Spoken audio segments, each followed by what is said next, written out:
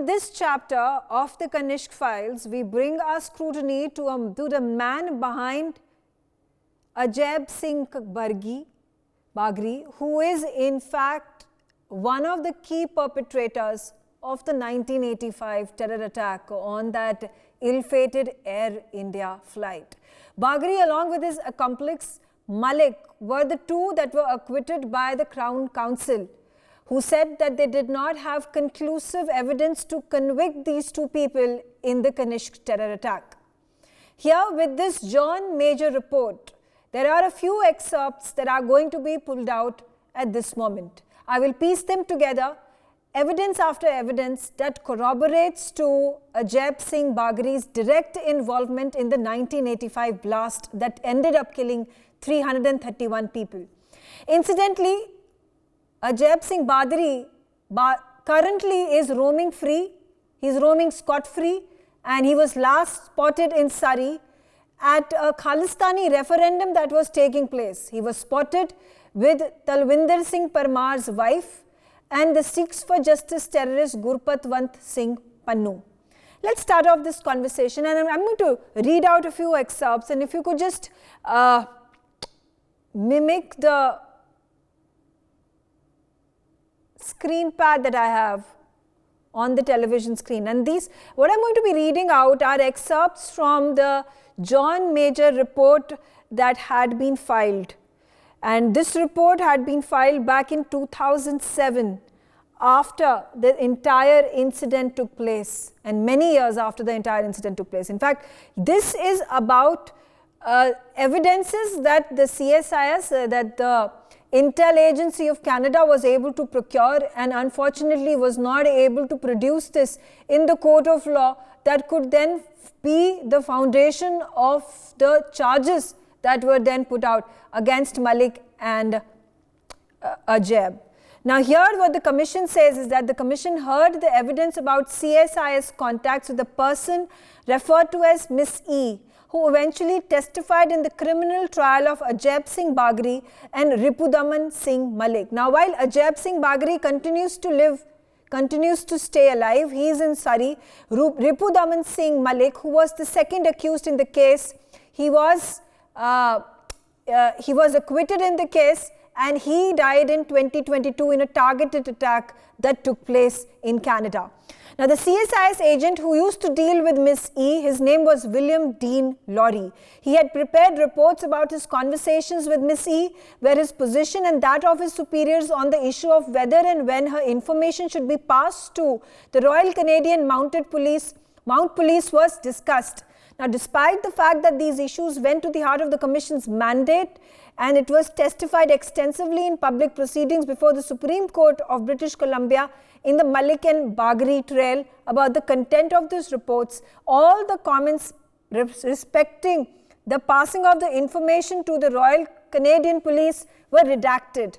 So every information and every bit of evidence that was being found by the CSIS, including the witness account of Miss E, whose antecedents and her relationship with Bagri I will soon be disclosing as I put out the points, were redacted from the Canadian Police to provide as evidence in the court of law. And bringing here again about CSIS and how by the fall of 1984, CSIS had already pieced together enough information to be able to identify Parmar as the most dangerous Sikh in Canada and to opine that his associate, Ajaib Singh Bagri, could be manipulated to carry out a terrorist attack. Now this was an observation that was made in 1984 by CSIS by the number of information that it had against Babbar Khalsa. And it says, despite its awareness of the threat of the identity of the potential protagonists who might carry it out, the CSIS appears to have obtained little important new information of its own about the Sikh extremist threat or about Babbar Khalsa or about Parmar from the fall of 1984 through March of 1985. The major reason for this gap lay in the state of the warrant approvals process that had been put in place by the CSIS Act in 1984 in June. Quickly taking a look at this is the information that the CSIS and the Canadian police had before the attack took place, that there was a plot to bomb 1 and possibly 2 Air India planes, which was being hatched by Sikh extremists in British Columbia in the fall of 1984. So this information was already with the CSIS and with the RCMP back in June 1984. In the fall of 1984, Ajaib Singh Bagri was allegedly nominated to a committee planning the hijacking of the Air India plane. Talwinder Singh Parmar's group, which was Babbar Khalsa, was working on a highly secret project in the spring of 1985, and Parmar had been assessed as the greatest threat in Canada to the Indian diplomatic missions and personnel. In early June, Parmar and associates conducted experiments in the woods involving a loud explosion. Now, this is what they are mentioning to the Duncan explosion that had taken place. During a June 12, 1985 meeting, a prominent Sikh extremist stated in response to the questions about the lack of attacks on Indian officials that something big should happen in the next 2 weeks. And they were in May and early June also, Air India had warned about the sabotage attempts against Air India planes, which were likely to be made by the Sikh extremists. So, amidst all this information that was provided, here is what the account of Miss E that was later provided by the CSIS investigator, William Dean, over here. Now, William Dean, the CSIS investigator, met Miss E again in 1987. She told him that that night before Air India flight crashed, Ajaib Singh Bagri had come to her door. He had asked to borrow her car to the airport and told her that only the luggage would be traveling in the car. The CSIS made a conscious decision to hold off passing this astonishing statement to the RCMP despite its clear and potential transformative relevance to the criminal investigation, which was based on the dubious rationalization that Ms. E's information was mainly historical. It says that E's information was historical, it was incapable of being corroborated.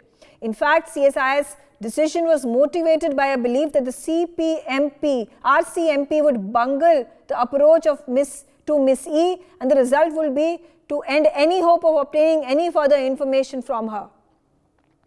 So, there was a conflict of interest over here whether CSIS should believe the Royal Canadian Police and whether the CSIS was completely had confidence in the Royal Police to execute the orders that CSIS had in terms of saving the witnesses, in terms of questioning them, the line of interrogation, and so on and so forth. And then there was another big evidence that came out that linked Bagri to the terror attack that had taken place in 1985. This was before the attack actually took place, and this was about the Surry investigators who expressed concerns that the Canadian Police headquarters had widely distributed correspondence with the RCMP that could identify Tara Singh Hire as the source of information about an alleged confession by Bagri about delivering the bag to the Vancouver International Airport on the eve of the bombing.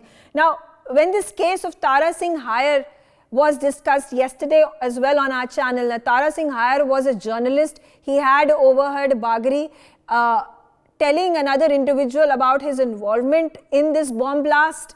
This is when he had visited the offices, the newspaper offices of Des Pardes. There was another Sikh origin British journalist editor who had opened up that particular office. Even that Sikh was actually killed at point blank range, and Tara Singh Haider was also killed later on in 1998. So amidst all this information, amidst all these evidences, amidst all these witnesses that the CSIS and the Royal Canadian Police had gotten, it's surprising and appalling to know that they still could not form a strong case with evidences and proofs and witnesses enough to then satisfy the court of law to the Crown Counsel that the involvement of Bagri was in fact dangerous to the point that he had used the vehicle of this woman by the name of Miss E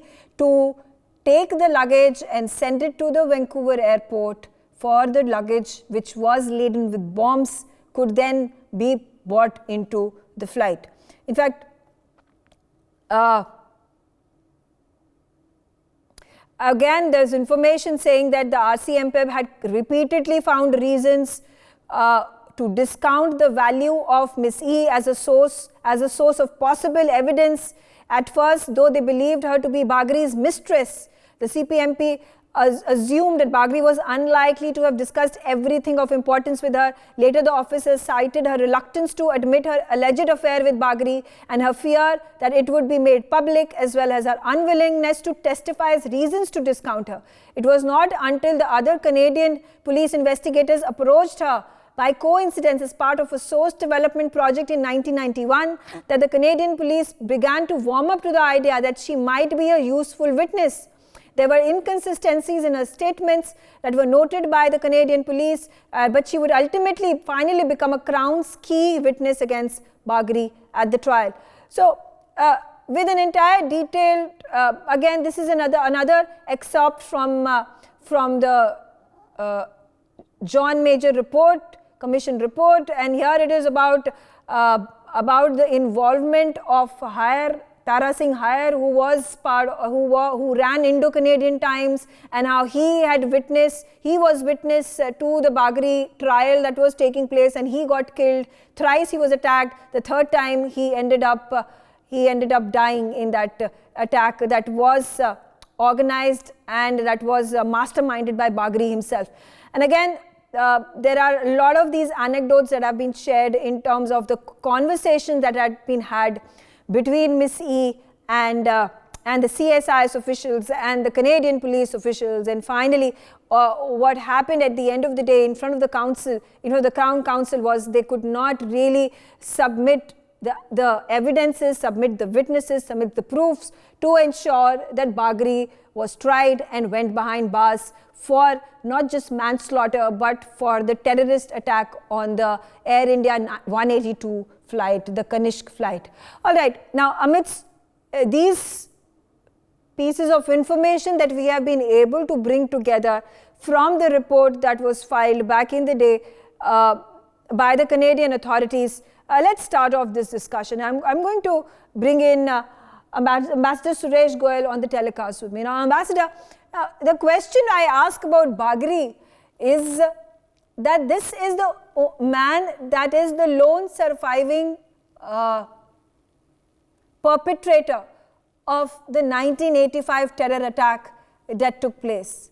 He, along with Malik, were the two people who were accused. They were put behind bars, but the police and the authorities could not really find enough evidence to convict them in the case. And if you go back in time about these investigations that were being conducted, and it was a botch up of a job that was done because there were conflicts that were happening between the CSIS officers and the Royal Canadian Police officers. And then you have witnesses after witnesses, example after example, and how these witnesses and their responses were botched up by these agencies. The question I want to ask here is, was it really a botch-up job of the police and the intelligence agency of Canada, one of the most developed countries of the world, or is there more to it? Were they complicit in hiding evidence against these terrorists?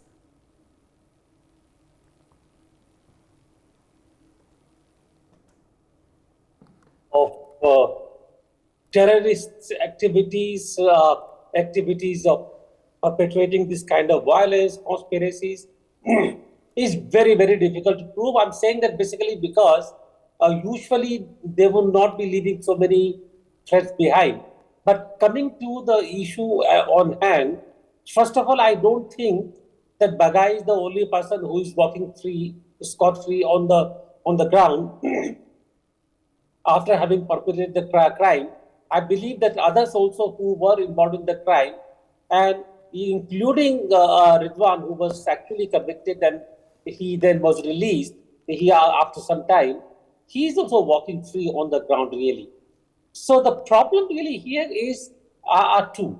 One, the investigation as by John Najor, K Singh also did the report, and there were clear indications pointing to people on the Canadian soil who had hatched the conspiracy, who had prepared for the conspiracy, and who had actually taken the bomb, planted, etc., etc. There is mention of Narita, there is mention of the Toronto airport, Montreal, all that is there.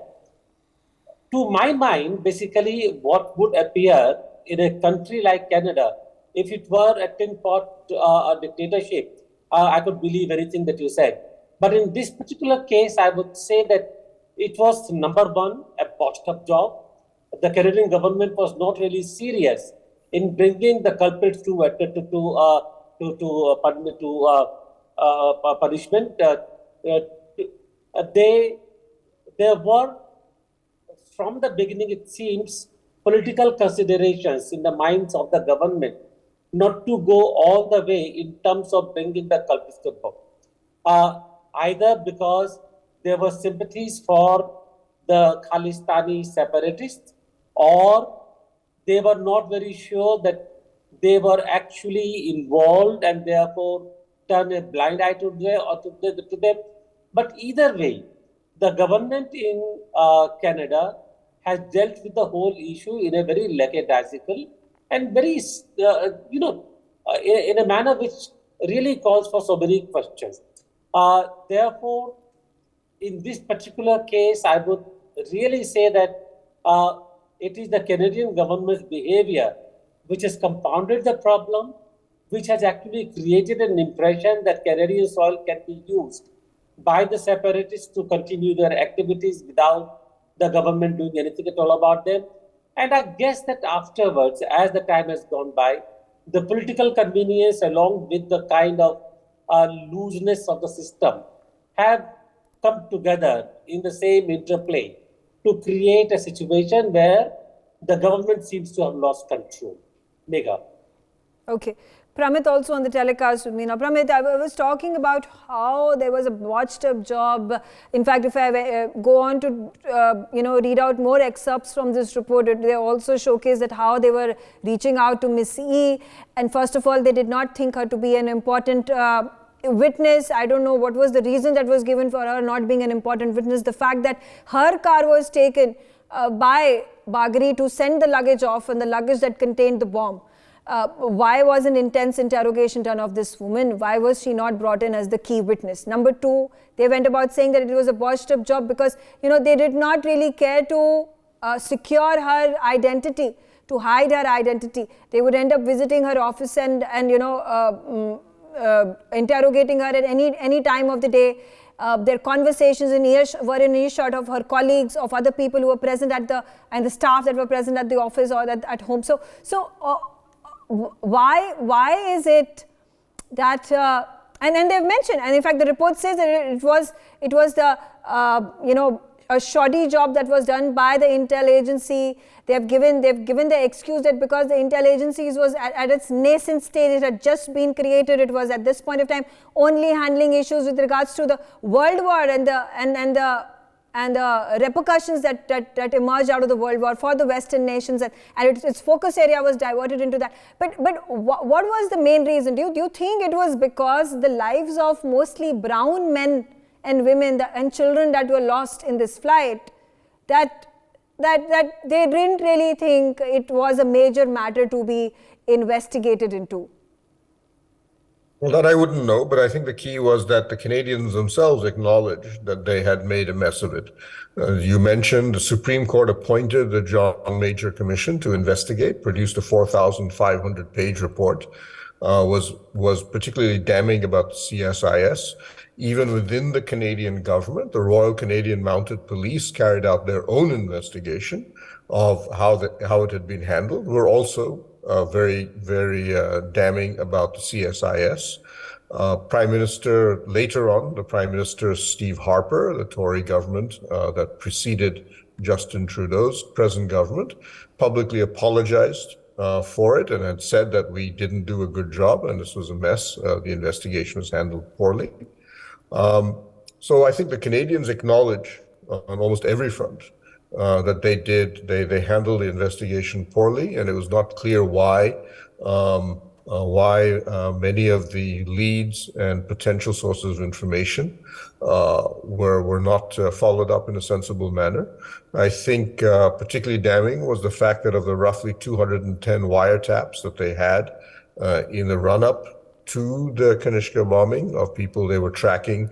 156 were erased after the bombing took place, making it almost impossible for a sensible investigation to take place, which is something the Royal Canadian Mounted Police also said. It was very difficult for us to prove one way or the other the degree of malfeasance within the CSIS, given the fact that they had wiped out 3/4 of their preliminary evidence for the investigation.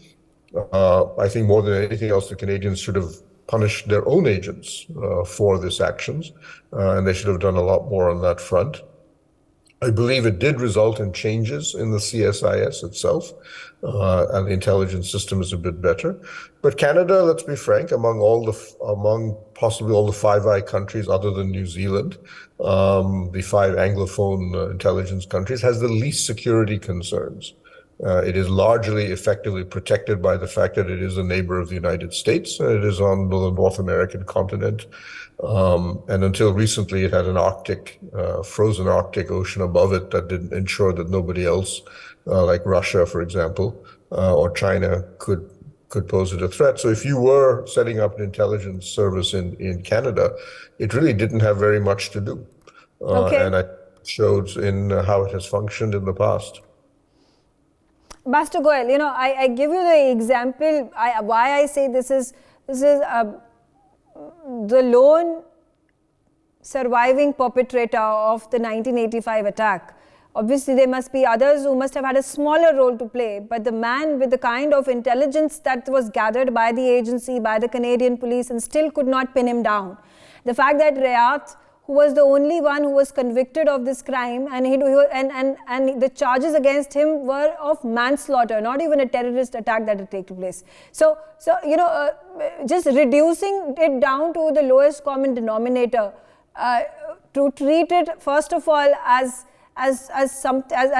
a bomb attack, but not really giving it the gravity that it deserves, is something that the Canadian police, the Canadian intelligence forces, and the Canadian law system has to take the blame for. I agree completely. In fact, Megha, the point really here is that, as is quite clear, that this entire investigation, even by the admissions of the Canadian government, has been a very perfunctory, very botched up kind of a job, really. And as you just now pointed out, it was not simply a manslaughter thing. More than 300 individuals died in the plane crash. It was an act of terrorism. And as an act of terrorism, if the Canadian government cannot really take action on this on the basis of the evidence which is available and the information which has been shared with them, and they can very well actually investigate it further, they can make a case against the people who were responsible for this. And I think it was basically a fit case to be presented before the ICC. The fact is that, again, because of the kind of present political system that we have, the international order we have, it is impossible to take Canada to the ICC for not really investigating the case completely in a fairer manner. So there we are. I mean, I think we really have to essentially live with the situation. We have to basically keep on raising our concern. But the problem really is that unless Canada is really serious about dealing with the acts of terrorism from its soil, there will continue to be concerns. We will continue to cry hoarse, but ultimately there has to be increasing international pressure on Canada. And when we talk about the international pressure, we know which country we are talking about. Yeah. The Election Convention, the USA has the capacity to basically put a lot of pressure on Canada to abide by the international norms.